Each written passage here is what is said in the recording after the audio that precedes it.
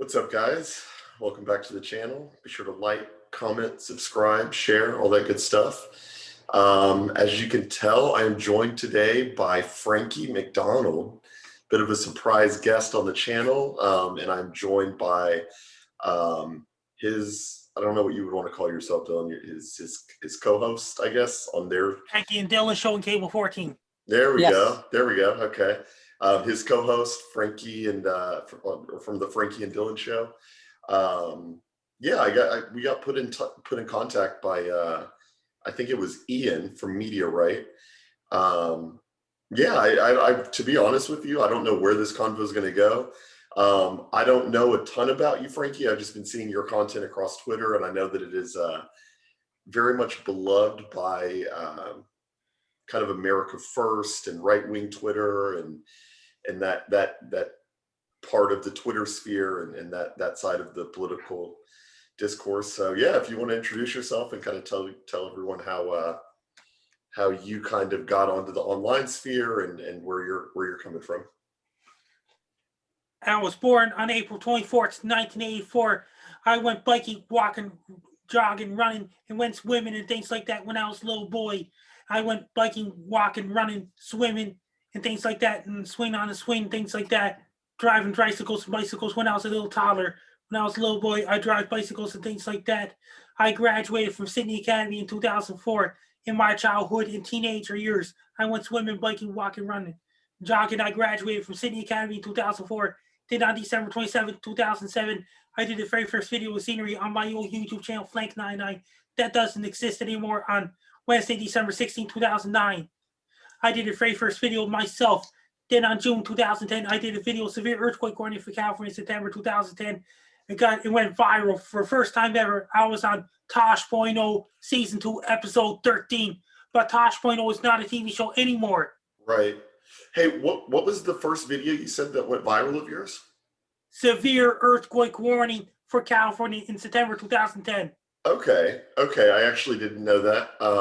And I remember Daniel Tosh, and you're right, not around anymore, but kind of I don't even know what you want to call it. He was kind of, he cleared the path for that kind of meme format and that whole thing. So, and Tosh.0 final season was season 12. I did it. I opened up my new YouTube channel, Dogs Wolves, on June 13, 2011. My most viewed video is guy tries to eat 50 hot dogs at once. Oh yeah. I think I've seen that video before. That's very epic. I've seen that one. That is my definitely most viewed earthquake prediction is massive earthquake in New Zealand anytime soon. Uploaded on Friday, October 21st, 2016. 3 weeks later, I got my prediction right. Yo. On Sunday, November 13, 2016. I was on RT. I was all over the news. I was all over the news. Thanks to the earthquake prediction, like Global News, CBS News, things like that back then. And I won the Cape Breton Vital Cape Breton Excellence Awards, the Cape Breton Ambassador Weatherman in November 2014. Then on February 2017, I won the YouTube Silver Play Button Award. I reached up to 100,000 subscribers thanks to my New Zealand earthquake prediction came true on November 13, 2016. Okay. I reached up to 100,000 subscribers that night. I got the Silver Play Button Award few months later. In February 2017, I got the YouTube Silver Play Button Award. Wow. Okay. Congratulations on that. That's probably an achievement that I won't see, but I'm an author of a book. Be prepared, Frank. I got life, weather, and everything. Oh, okay. Be prepared. That's the book. I actually didn't know that you were an author also. And let's do a snapshot. No, we can screen grab that here shortly. I'm definitely gonna. Yeah, there we go. That's perfect, man. I love it. Screenshot. I'm gonna screen grab that, and I'm definitely gonna post that. But yeah, man. So that's Frankie, and we're also joined by Dylan and Joey. Also, Dylan, you're his co-host, right? Yeah. So I'll tell you how Frankie and I met. It's actually quite one of the best stories of the pandemic, as we've been in through these challenging times, as we all know. I met Frankie back in the summertime, and I also have autism, and he's an inspiration to everyone in around the world, right? And so we started to Zoom on our own just for fun, for the sake of it. And then I said, you know what, let's make the most out of our time here, and let's see if we can Zoom with celebrities, because I meet any dignitary that comes to Hamilton. I work with the Tie Cats and the Bulldogs. I'm very heavily involved in the community, love getting out in the community. And so yeah, Frankie and I started Zooming with celebrities, and then the local newspapers picked up on our story, and now we now have our own cable show called the Dylan and Frankie Show, and we Zoom. Where are you guys? You guys in Australia? I'm in Hamilton, Ontario, and Frankie's in Ontario. Sydney, Nova Scotia. What about Joey? Okay. I'm in Dallas, Texas. I'm in the South. So Frankie and I have our own TV show now on Cable 14 here in Hamilton, and we Zoom. We have interviewed movie stars and sports stars on our show. We had Frankie's favorite NHL team is the Ottawa Senators. We had Drake Batherson and Tim Stutzel on our show. We had what did we have on? We had by default I'm a Dallas Stars fan, so be warned. So. That's right. What about Joey's backstory? Yeah, I was just going to go across the board and get everyone. And we had Brian Book on from the Pittsburgh Penguins. So yeah, actually, Okay. I'll show you my room here quickly. It's a pretty cool room. I like to show. Check it out. Sidney Crosby. Yo, we got a Crosby check. Sidney Crosby. Anything Ovechkin related? No, not Ovechkin. Okay, but Sidney Crosby, that's good stuff too. I'm big into sports memorabilia, so I do respect a good autograph. Yeah, people call me the future mayor of Hamilton. I know everyone. That's awesome, man. Very good stuff. Very good stuff. Heck yeah. Okay.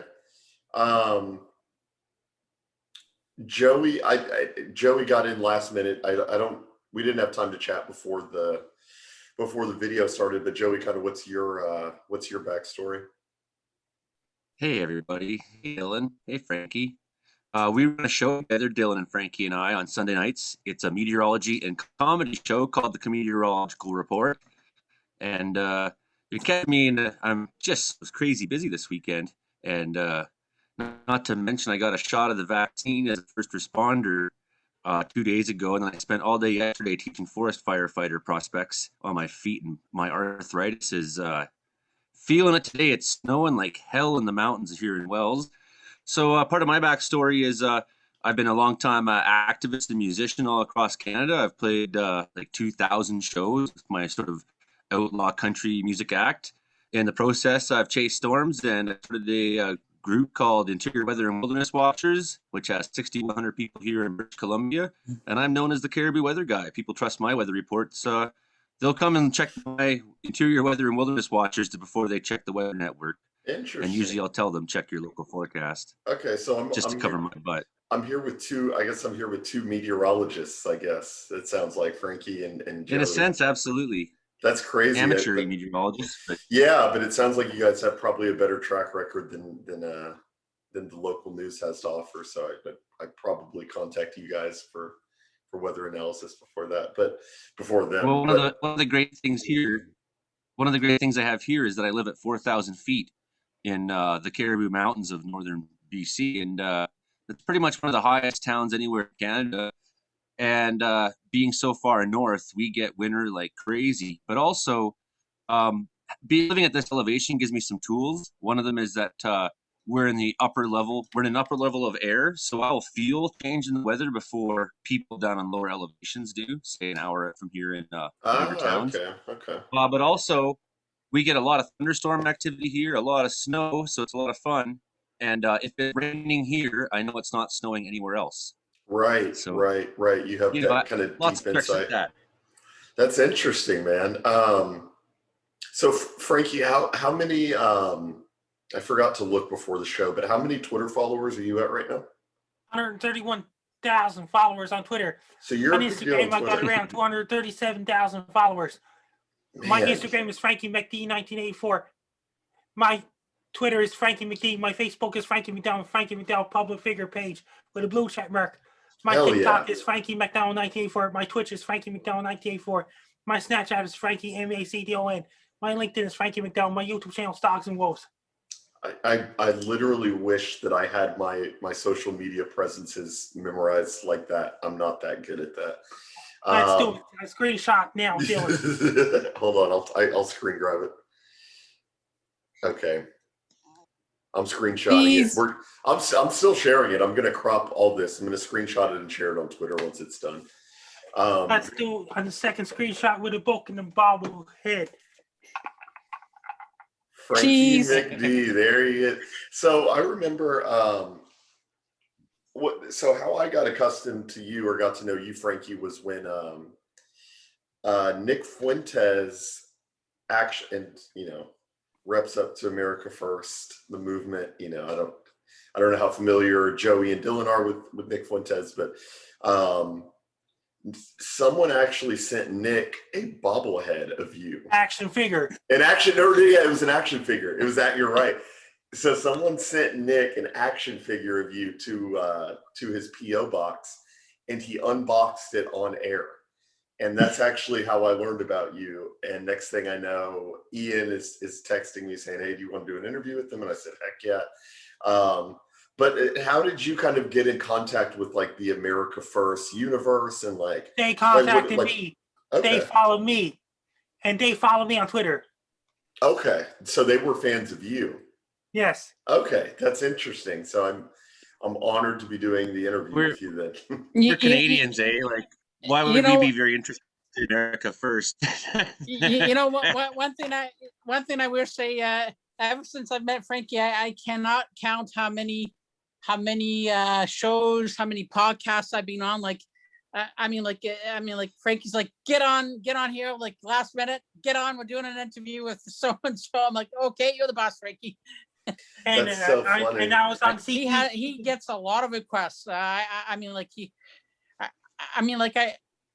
think we should be like secretary or something. But that means I've been on CBC The Debaters in 2019. CBC The Debaters.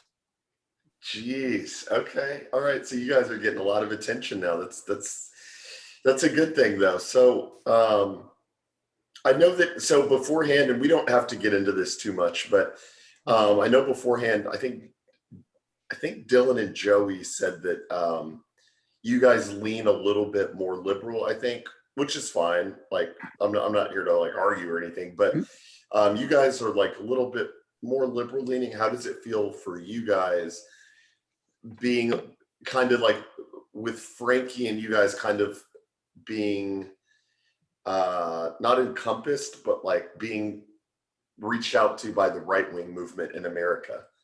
Like if you tend to be more leftist or if you tend to be more liberal, how does it feel having Nick Fuentes' audience be your main supporters in America? They have a lot. So more people follow me on Twitter. Well, I don't follow politics that much. Okay. I like to meet anyone that comes to town or anyone like that. It's all about making a positive difference and keep being positive each day and motivated. On Zoom, and sooner or later they'll get the former NHL player Sergei Fedorov on Zoom. Just help me out. Sergei Fedorov.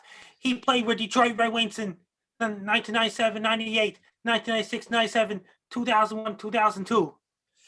Stanley Cup winner. So yeah, And his rookie card. Well, for one, what I'm asking is, can you guys please get Mike Madonna on the podcast? I'm a Dallas Stars fan from a young age, so I need to get a little Mike Madonna on there. So if that's possible, please do that. Awesome. And Mary Lemieux used to play for Pittsburgh Penguins. Wayne Gretzky used to play for the Edmonton Oilers, the Kings, the Blues, and the Rangers. When you talk, Frankie, I can hear that Jordan Peterson twang in your voice. I can actually hear it like that. Well, you're rescuing your father from the belly of the whale. Like I can hear that Canadian twang. It's pretty funny. No, it's not funny. It's just like it's the same thing as when I talk to like a British person. You can hear that accent, which is cool. Are And you? what? And then they got another NHL player is, and it's Ray Bork and Brett Hull and all these guys and Mark Messier. Okay, okay. I'm not super involved with the hockey scene. Politics and professional basketball are more my shtick. Toronto Raptors. Then I Not get ex- Michael Jordan on Zoom at some point.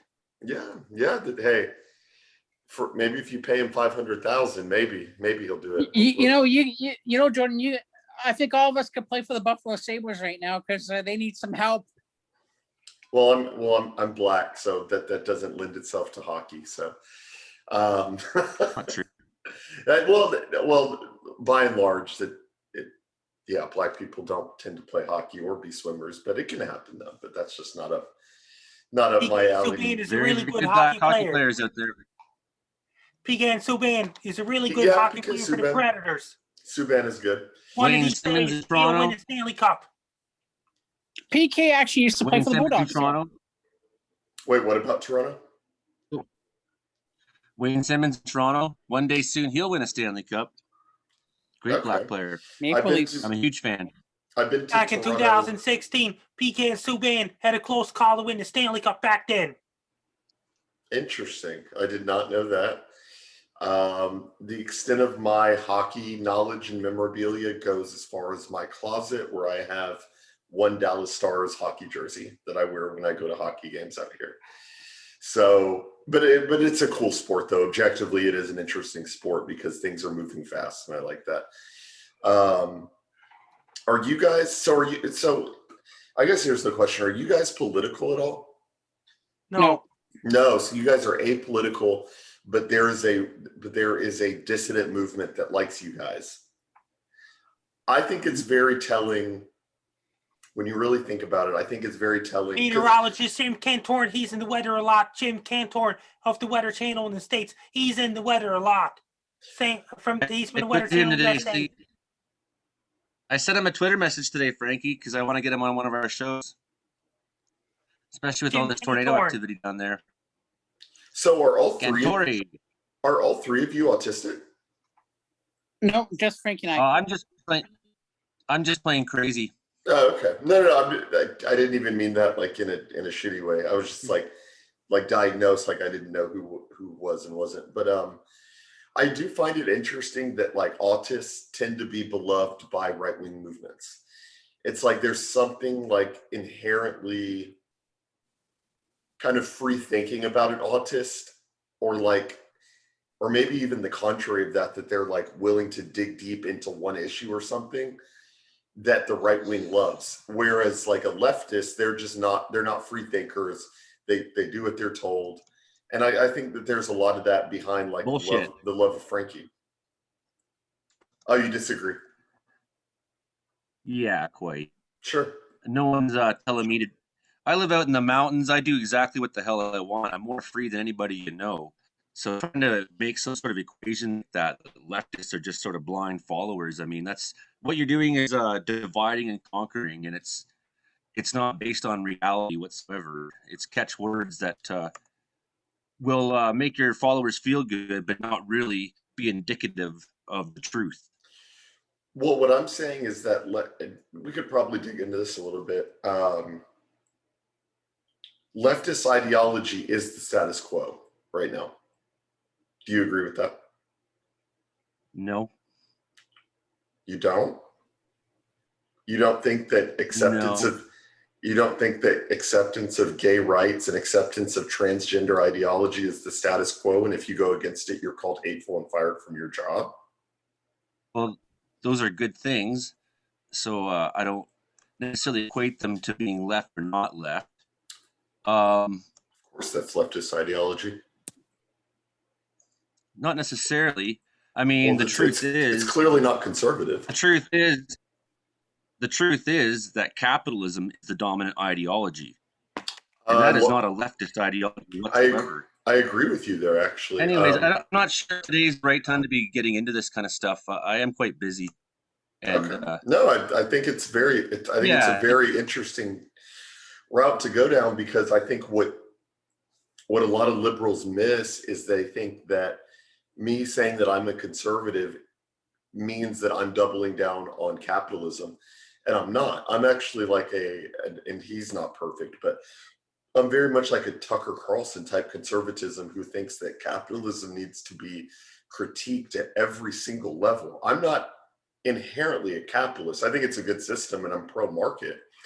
But I think capitalism incentivizes all the wrong things. Like you could easily find yourself in a system where if every person in the world got sick and went to a hospital and hospital stocks increased and the GDP went up because of that, that would be a good thing for the markets, but a horrible thing for people. So I agree with you as far as your critiques of capitalism go. Our medicine in Canada is socialized, so we don't have those kind of I totally agree. ideas. I mean, the idea that me getting my vaccine the other day for free somehow is doubling down on. I mean, really, this is the basic route. There's so much money being generated in this. I mean, I live in a town where a $5 billion gold mine is about to be developed, while logging trucks go by every day. The money is being made. Right. There's money to take care of people who need. I literally, whether they're people like myself with mental health issues, or they're people with autism, or they're people who are just plain broken. We can invest in people. That's the best thing to invest in. I largely agree with you, but all I was saying was that leftist ideology is the predominant ideology that's accepted by the masses. Like, I don't see how you can really argue against that, because here's the thing. If you were to here's just like an anecdotal example in America. If you were at your job, like let's say you work a corporate 9-to-5 job, right? And they're giving their weekly training on diversity and inclusion, which is something that I've had to go through. And let's say that you raised your hand and said, well, actually, I think that diversity and inclusion is code for anti-whiteness. And like you don't even need to get into what your objections would be. Let's say that you were not totally receptive to the diversity training. You are like, what's more likely? You get fired for not being accepting of the diversity training, or you're more likely to get fired for being accepting of it. That literally tells you where the dichotomy is, because I know, and you know this too, unless you're just being obtuse, you know that objecting to anti-racism training will lead to you getting fired, and there's a social hit that your credit score takes, that your social credit score takes when you. You're trying to equate this to a left or right thing, but to me is just basic common sense of how to treat human beings. And if you have a problem with treating your coworker like a human being, do you really want to work next to that goddamn guy? That's actually not the point of BLM. When you really break it down, BLM is anti-white, frankly, when you look at it, and their stated goals are to disrepair or disassemble the nuclear family. That was on their website. They're anti-capitalist, which I'm not pro-capitalist. It's a system that needs to be critiqued, but they are like overtly anti-capitalist.